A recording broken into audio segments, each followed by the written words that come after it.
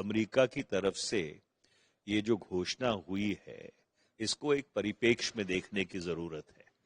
10 मई 2025 को पाकिस्तान के कहने के ऊपर अमेरिकी राष्ट्रपति और उनके जो विदेश मंत्री हैं, उन्होंने सीज फायर का ऐलान किया था। उसके बाद जनरल आसिम मुनीर, जो फील्ड मार्शल असीम मुनीर हैं पाकिस्तान के, उनकी बड़ी आवभगत सफेद भवन में की गई थी, व्हाइट हाउस में की गई थी। उसके बाद 50% भारत के ऊपर टैरिफ लगाया गया और ये जो H1B वीजा का कदम उठाया गया है, ये एक संयोजित तरीके से भारत के ऊपर दबाव बनाने की कोशिश है। सरकार को इसको बहुत संवेदनशीलता से और बहुत गंभीरता से लेना चाहिए। नरेंद्र मोदी के दोस्त और अमेरिका के राष्ट्रपति लगातार मोदी जी की तारीफ करके भारत से शत्रुतापूर्ण व्यवहार कर रहे हैं और भारत से शत्रुतापूर्ण व्यवहार करने वाला नरेंद्र मोदी जी का कैसे दोस्त हो सकता है, ये नरेंद्र मोदी जी को जवाब देना होगा। एक ट्वीट नरेंद्र मोदी को वो कर देते हैं तो माय फ्रेंड कहने लगते हैं, नमस्ते ट्रंप करने लगते हैं, हाउडी ट्रंप करने लगते हैं और अमेरिका का लगातार इन दिनों का व्यवहार शत्रुतापूर्ण है। H1B वीजा पर फीस बढ़ाई, इससे पहले चबहार पोर्ट पर उन्होंने अपनी निगरानी बढ़ा दी कि चबहार पोर्ट से भारत का व्यापार होता है। चबहार पोर्ट भारत के पास में है, जहां से वो पाकिस्तान को बगैर टच किए हुए मिडिल ईस्ट में अपना व्यापार करता है, अफगानिस्तान के साथ और रशिया के साथ अपना व्यापार करता है। उस पर आपने प्रतिबंध लगा दिया। उससे पहले आपने 50% का टैरिफ हमारे व्यापारियों पर लगा दिया और उसके बाद भारत को नशीले पदार्थों का सप्लायर देश बना दिया। भारत जैसे 140 करोड़ मुल्क पर इस तरीके की तोहमत लगाना नरेंद्र मोदी जी की सरकार के गाल पर तमाचे की तरीके से है। तो हमें पूरी उम्मीद है कि नरेंद्र मोदी जी इसका कड़ा प्रतिवाद करेंगे।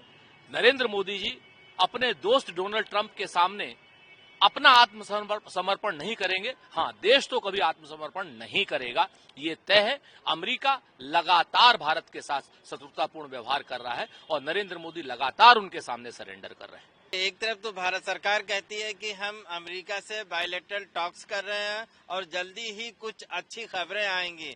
दूसरी तरफ डोनाल्ड ट्रंप की तरफ से ये साइन हो जाता है कि H1 वीजा 1000।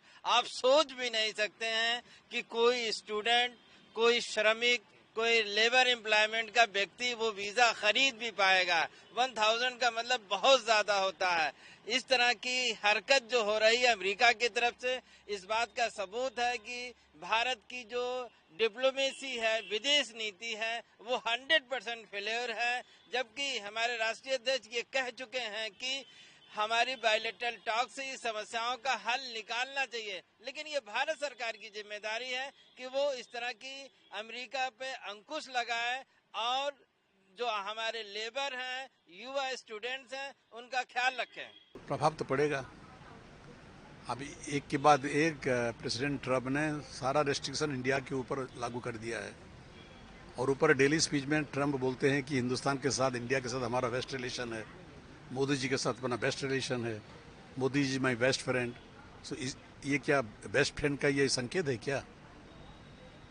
आप टैरिफ बढ़ा देंगे, भारत अमेरिका में इंडियन बाजार को आप खत्म कर दोगे, अब ये लगाओगे वीजा के ऊपर, तो ये फ्रेंडशिप का सिग्नल है कि दुश्मनी का सिग्नल है? भाषण तो ट्रंप देते हैं कि India is my great friend, Modi is my great friend, तो ये क्या फ्रेंडशिप का संकेत है क्या? ये तो दुश्मनी का संकेत है। तो हर तरफ से अमेरिका भारत को और भारतीयों को परेशान करने के लिए हर दिन उसका कार्यक्रम है।